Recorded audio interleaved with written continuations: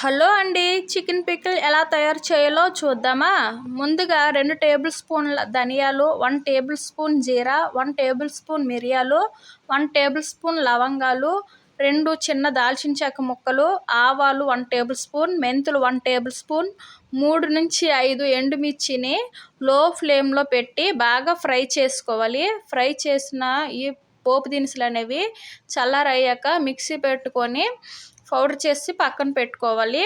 తర్వాత బాగా క్లీన్ చేసిన చికెన్ తీసుకొని 1/2 టేబుల్ స్పూన్ పసుపు, 1/2 టేబుల్ స్పూన్ ఉప్పు వేసి బాగా కలిపి 20 నుంచి 25 నిమిషాలు పక్కన పెట్టుకున్న తర్వాత ఒక ప్యాన్ తీసుకొని ప్యాన్లో వేసి బాగా ఫ్రై చేయాలండి. చికెన్ నుంచి వాటర్ అంతా ఆవిరయ్యేంత వరకు బాగా ఫ్రై చేసుకోవాలి.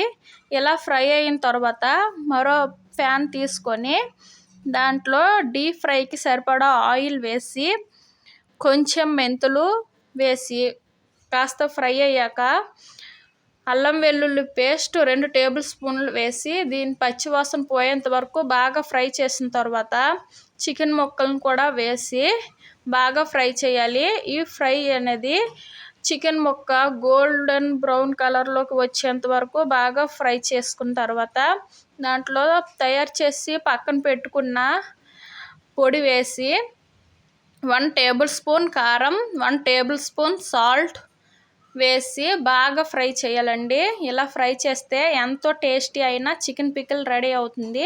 నా వీడియోస్ మీకు నచ్చినట్లయితే లైక్ చేయండి, షేర్ చేయండి, సబ్స్క్రైబ్ చేయండి.